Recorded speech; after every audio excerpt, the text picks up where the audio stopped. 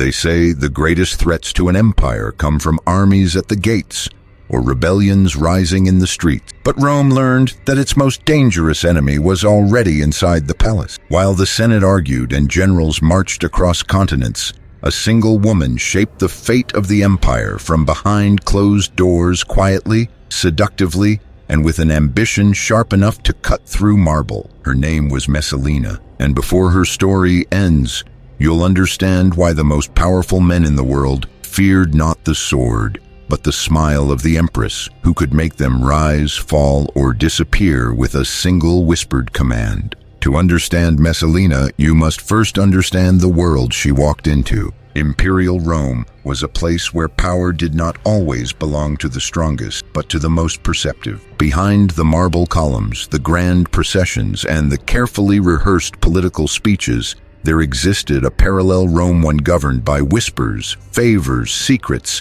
and the fragile egos of men who pretended to control an empire they barely understood. It was in this hidden Rome, the Rome of late-night negotiations and carefully crafted alliances, that Messalina found her true stage. She entered the imperial palace young, almost invisible at first glance, but perfectly aware of the world unfolding around her. She watched the silent tensions between senators, the cautious smiles exchanged by generals, the terrified loyalty of servants who knew more than they were allowed to say. And in the center of all this stood Emperor Claudius, intelligent yet underestimated, powerful yet easily influenced, a man the empire respected more for his title than for his presence. Messalina understood something few dared to admit. In a court where everyone claimed authority, the person closest to the emperor didn't just share his life, she shared his power.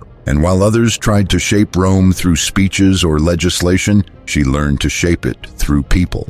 A gesture here, a favor there, a conversation spoken under the soft glow of lamplight. Rome believed it was ruled by emperors. Messalina knew it was ruled by access. What makes her story unforgettable is not simply the scandal that surrounds her name, but the skill with which she navigated a world designed to exclude her. She played a dangerous game, one few women were ever allowed to touch, using the only weapons Rome had left her: intelligence, charm, and an instinct for survival, sharpened by the knowledge that a single mistake could cost her everything. This is not the tale of a villain or a saint. It is the story of a woman who learned to move through a labyrinth of power with more agility than the men sworn to protect it. A woman whose rise was as breathtaking as her fall was catastrophic. And it all began inside the walls of a palace where loyalty was temporary, danger was constant, and the smallest whisper could topple even the mightiest throne. Messalina's rise did not begin with a dramatic moment or a bold declaration of power. It began quietly, almost imperceptibly, the way a shadow grows longer as the sun slips behind the horizon. When she entered the imperial household as the young wife of Claudius, most considered her little more than a decorative presence, a noblewoman chosen for lineage and appearance, expected to produce heirs, and little more. Yet behind her gentle smile and lowered gaze, Messalina observed everything. She learned early that Rome's political world was less like a straight road and more like a labyrinth, full of dead ends, hidden doors, and predators waiting in the dark. She watched as senators competed for influence, as generals disguised ambition behind loyalty, as advisors whispered contradictory truths into the emperor's ear. Power in Rome did not flow from strength alone. It flowed from perception, reputation, and the subtle manipulation of those who believed themselves untouchable. Messalina understood this better than any woman of her time. She noticed which senators secretly despised each other, which commanders owed favors they preferred to forget, which officials felt overshadowed and longed for recognition. She realized that the empire was not held together by laws carved into stone, but by the fragile emotions of the men who enforced them. And she began, slowly and with remarkable precision, to position herself at the center of these emotions. Banquets became her first arena. These gatherings, full of music, wine, and flattery, were more than social events. They were opportunities.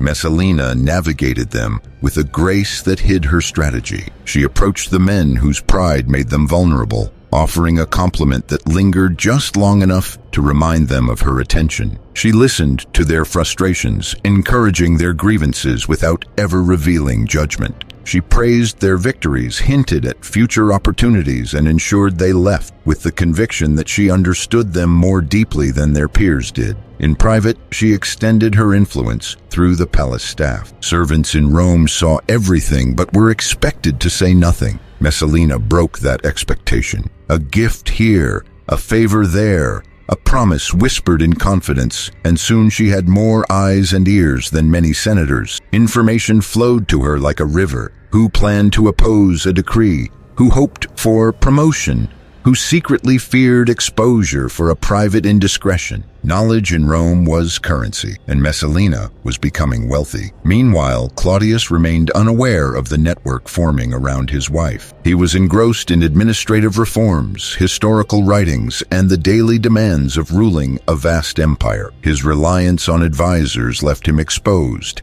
and Messalina stepped naturally into the empty space around him, not as an official authority, but as an influence so subtle he scarcely recognized it. Through patience and precision, she transformed herself from a young imperial consort into a quiet force woven into the fabric of Roman politics. She had not yet made enemies bold enough to challenge her, nor had she shown the full extent of her ambition. But the foundations of her power were set, and every step she took drew her deeper into a world where influence was intoxicating and consequences could be fatal. As Messalina's influence grew within the palace, she began to recognize just how fragile Rome's political stability truly was. The empire projected an image of order armies stationed across continents, provinces governed by law, and a senate that claimed to uphold tradition. But behind this carefully crafted facade, there existed a constant undercurrent of fear,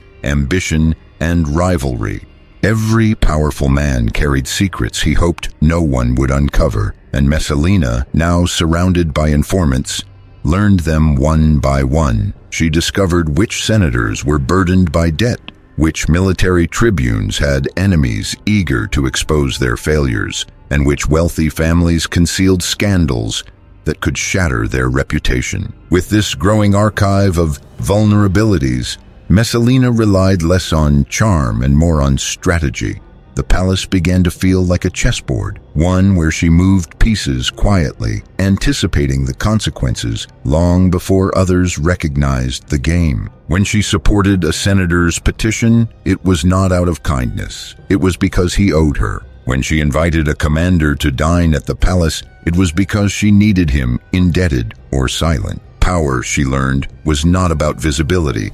It was about leverage. This was the world in which she met Gaius Silius. To the public eye, Silius was the embodiment of Roman promise, strikingly handsome, impressively educated, and politically rising with the confidence of a man destined for high office. He was admired in the Senate and respected by the military elite.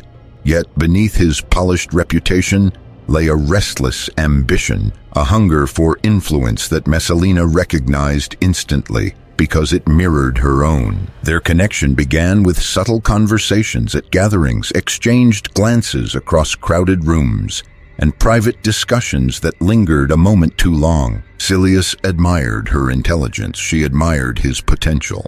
Soon, admiration transformed into alliance, and alliance into something far more dangerous. To Messalina, Silius represented opportunity. He was young enough to be molded, ambitious enough to take risks, and respected enough to pose a challenge to the established order. As their relationship deepened, so did her boldness. She began steering political decisions in ways that favored Silius, placing him close to the center of imperial power. He received appointments and recognition that puzzled even those who benefited from her support. While Claudius remained unaware, Silius became one of the most influential voices in Rome, second only to the emperor himself. But influence is a flame that cannot burn too brightly without drawing attention. Whispers began circulating, Why was Silius receiving sudden opportunities? Why did Messalina's name surface whenever his advancements were discussed? Why did the Empress seem present in decisions where she had no official authority? Rome, a city built on gossip, started weaving the threads of a story that only Messalina and Silius understood to be true. As tension rose, so did her confidence. Messalina believed she could maintain control forever. She believed that Claudius would continue trusting her, that the Senate would remain blind to her ambitions, and that the empire was too accustomed to scandal to recognize the danger she posed. But she underestimated one thing: whispers in Rome never stay whispers for long. And every secret she collected, every favor she demanded, every alliance she forged, was building toward a choice that would push her beyond influence and into outright treason. The turning point in Messalina's story emerged slowly, like the tightening of a knot she believed she could still loosen. Her influence had grown so familiar within the palace that she forgot how easily familiarity could slip into complacency. She managed senators, guided appointments, maneuvered political outcomes without ever signing a decree or speaking in the Senate. And yet, as her confidence expanded, so did the risks she was willing to take. Gaius Silius, once an ambitious ally, became something far more complicated, a partner in possibility. He was intelligent, bold, and increasingly aware of the power he wielded through Messalina's favor. To him, their connection was more than passion. It was a path, a future, a chance to rise far beyond the limitations imposed by birth or tradition. And Messalina, fueled by her own ambitions and her growing dissatisfaction with Claudius's passivity, began imagining a future where she would no longer need to influence the emperor, because the emperor would no longer matter. It began with a daring idea whispered in private chambers, then repeated with more confidence each time. What if Rome no longer needed Claudius? What if someone more capable, someone aligned with Messalina, took his place? Silius did not discourage the thought. If anything, he embraced it. He had the pedigree, the reputation, and the support of several senators who had benefited from Messalina's generosity. To them, replacing Claudius was not treason. It was stability. But treason rarely begins with a violent act. It begins with silence where loyalty should exist. Messalina's circle grew bolder. Meetings once held discreetly were now conducted with the assumption that their influence placed them above suspicion. Silius started walking through the palace with the confidence of someone who believed destiny was already bending toward him. Some senators interpreted this confidence as a sign of favor. Others saw it as a sign of disaster. Still, nothing compared to the moment when whispers turned into action. Messalina and Silius agreed to something unthinkable, something that even Rome, accustomed to scandal, could not interpret as anything less than a declaration of rebellion. They decided to marry, not in secret, not in the shadows, but in a public ceremony with witnesses, blessings, and celebration. The Empress, still legally married to the Emperor, took another husband. It was an act so brazen that even those loyal to her felt a chill of fear. How could she believe such a thing would go unnoticed? How could she assume Rome would look the other way? Some speculated she believed Claudius would never return from his trip outside the city. Others believed she thought his indecisiveness would paralyze him long enough for her and Silius to seize control. Whatever her reasoning, the wedding happened. It was real, loud, reckless, and catastrophic. As the vows were spoken, news raced through Rome like fire through dry fields. Servants whispered, senators panicked, commanders froze. It was no longer a question of influence or rumor. It was treason made visible, undeniable, and public.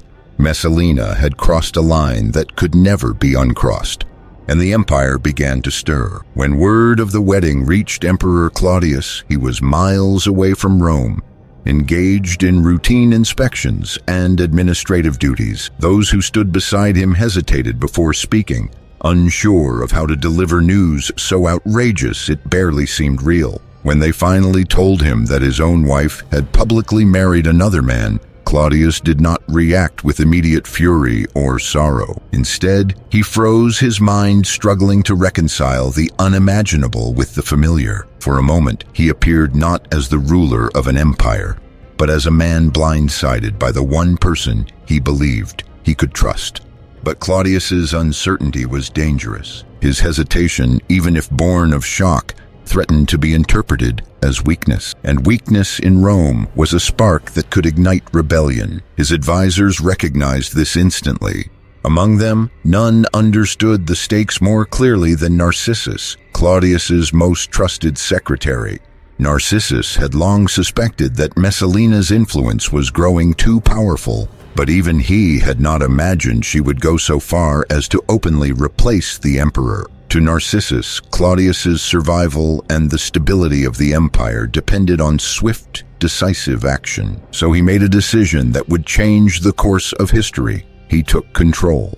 Without waiting for Claudius's full command, he ordered the immediate arrest of Gaius Silius and anyone associated with the illicit ceremony. Silius, realizing the noose had tightened beyond escape, surrendered without resistance. His execution was carried out quickly, a brutal message to anyone who had dared to believe Claudius would not fight back. Meanwhile, Messalina learned what had happened and understood instantly that her world was collapsing. The palace she once commanded with grace and charm was no longer hers to manipulate. The networks she had built for years were unraveling in hours. Friends who had accepted her favors now feared being associated with her. The same mouths that once whispered devotion whispered warnings instead. Panicked, Messalina fled the palace. She raced through gardens and alleys, desperate to find someone, anyone who might shield her from the consequences of her actions. But Rome's doors, once so eager to open for her,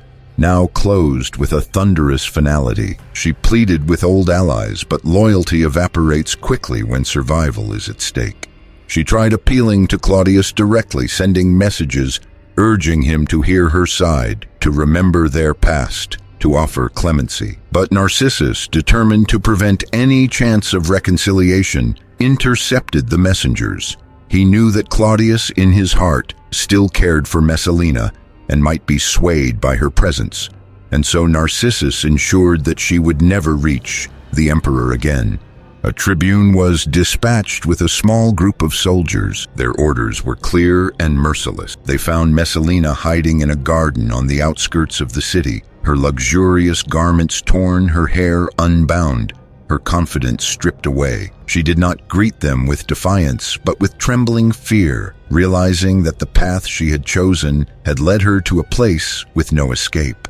She was handed a dagger, an opportunity to choose her own end. She tried, but her hand faltered, and in that hesitation the tribune completed the task she could not. Messalina's rise had been built on whispers, charm, and calculated influence. Her fall came in silence, in the shadow of a garden, far from the luxury that had once defined her. Messalina's death did not bring the sense of relief Rome expected. If anything, it left behind a tension that settled over the imperial palace like a lingering storm. Those who had feared her power now feared the vacuum she left behind. Those who had once benefited from her favors worried that their alliances might be exposed. And Claudius, despite the betrayal, found himself walking through corridors that felt hauntingly empty without her presence. In the days following her execution, the palace functioned in a strange silence. Servants whispered cautiously, uncertain whether speaking her name would invite suspicion or punishment. Senators avoided discussing her openly, afraid that any sign of sympathy could be interpreted as complicity in her schemes. Even those who had celebrated her downfall could not deny the truth. Messalina had been a force, and that force had shaped the rhythm of Roman politics. But there was another concern, one far more pressing than grief or guilt. Rome could not function without an empress. The emperor needed stability, an heir needed legitimacy, and the palace required someone capable of managing the domestic and ceremonial roles expected of an imperial wife. Yet the memory of Messalina's influence cast a long, intimidating shadow. Selecting the next empress was not merely a matter of marriage, it was a matter of survival. Claudius, still wounded and uncertain, relied heavily on his advisors. The Senate whispered suggestions, each family competing to position their daughters within arm's reach of the throne. But the lesson Messalina taught them all weighed heavily. A woman in the emperor's household could be far more dangerous than any foreign enemy. That was when Agrippina the Younger emerged as the leading candidate. Agrippina was no ordinary noblewoman. She belonged to the Julian dynasty, granddaughter of the beloved Germanicus, descendant of Augustus himself. She carried prestige, intelligence, and ambition in equal measure. But unlike Messalina, Agrippina did not rely on charm or seduction. Her power came from strategy. Where Messalina played the game with passion, Agrippina played it with precision. Many feared she would be even more dangerous than her predecessor. But fear in Rome was often indistinguishable from respect, and Claudius, deeply aware of the instability surrounding him, chose Agrippina as his new wife. Her arrival reshaped the palace immediately. She was disciplined, controlled, and calculating. She reorganized the domestic structure of the imperial household, removed those still loyal to Messalina, and replaced them with people whose allegiance belonged firmly to her. She was determined that no one, especially no woman, would eclipse her influence. Still, despite Agrippina's growing dominance, Messalina's name lingered. She became a cautionary tale, a whispered warning about what could happen when a woman gained too much power too quickly. Her memory haunted the palace, not because of what she had done, but because of the fear she exposed, that the imperial household, supposedly the heart of Roman stability, could become the empire's greatest vulnerability. Every scandal that followed, every rumor of intrigue, every misstep by future empresses was measured against Messalina's legacy. She had become a symbol not of her actions, but of Rome's anxieties. In trying to erase her, Rome had immortalized her. With time, historians began to reshape Messalina's story, but not with the fairness she never received in life. Most of what we know about her came from men who wrote decades after her death. Men who served new emperors, supported new political agendas, and had every reason to portray her not as a complex figure but as a convenient villain. They took fragments of truth and wove them into dramatic narratives that reflected Rome's fears more than its reality. To them, Messalina became the embodiment of excess, lust, and moral decay. But the more closely modern scholars study these ancient accounts, the more distorted they appear. Many of the claims, her supposed competitions with prostitutes, the exaggerated number of lovers, the outrageous feasts, sound less like historical records and more like cautionary tales meant to reinforce a single message: women must not hold power. And that is why Messalina fascinates us still. She forces us to confront how history is shaped not by what happened, but by who had the right to tell the story afterward. If she had been a man, many of her actions would have been praised as political brilliance, strategic influence, or charismatic leadership.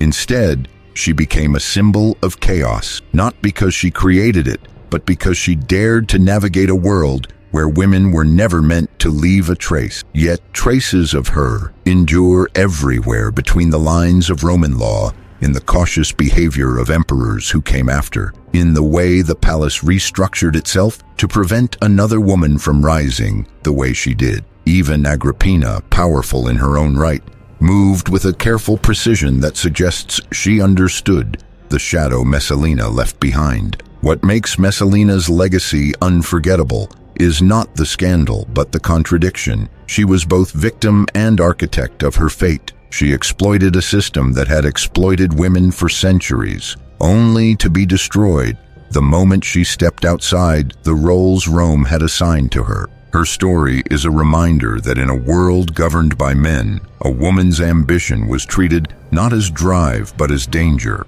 Some see Messalina as a monster, others see her as a warning, but perhaps she was something even more unsettling, a woman who refused to be small in a world that demanded her silence. And whether history chose to condemn her or exaggerate her, one fact remained. Messalina left an imprint so deep on the Roman psyche that her name survived the rise and fall of emperors, outlived dynasties, and continues to captivate us nearly 2,000 years later. If you've come this far, it means her story still has power. Power to provoke, power to question, power to remind us that sometimes the most dangerous figure in an empire is the one history tries hardest to erase. Thank you for joining us on this journey through the shadows of Rome. If you enjoyed this story, don't forget to like the video, subscribe to the channel, and leave a comment telling us what part of Messalina's tale surprised you the most. And don't go just yet. Keep watching the other incredible stories now appearing on your screen. The Roman Empire still holds many secrets, and we're here to reveal them. Remember, we are the ones who remember. The ones who question, the ones who refuse to bow to the silence of history. And you, are you ready for the next secret of Rome?